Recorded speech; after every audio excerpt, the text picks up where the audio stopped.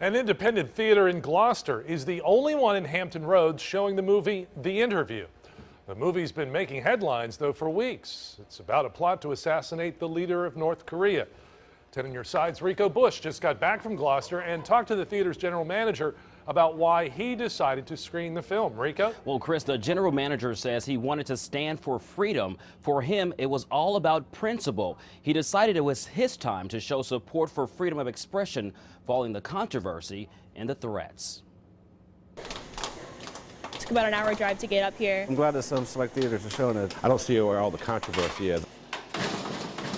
A small-town theater in Gloucester is standing against pressure to not show the controversial film, The Interview. I don't think it's any hesitation to play this movie. Like I said, it's just a movie.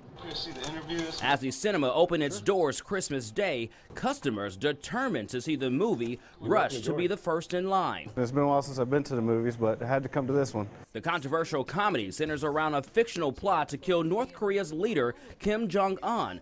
Sony Pictures originally pulled the film after a cyber attack and threats, but it reconsidered after critics said freedom of expression was under threat. I think it's just ridiculous. I think that a small little country over there is threatened by a movie, then they have bigger concerns to deal with. Moviegoers said following the controversy, they wanted to show support for freedom of speech. It was a big stand for the right of choice. Free speech is something that we should all have, and some dictator from the other side of the world shouldn't tell us what we can and can't see, because that's not what we're about. And so far, the reviews are starting to come in. I don't think it's as controversial as people think it is. I thought it was a funny movie, and I don't see anything wrong with it. Now the general manager says he brought in more employees for the release. He says he expects a big turnout today, and so far the cinema has sold about 374 tickets and made more than $3,000 in ticket sales.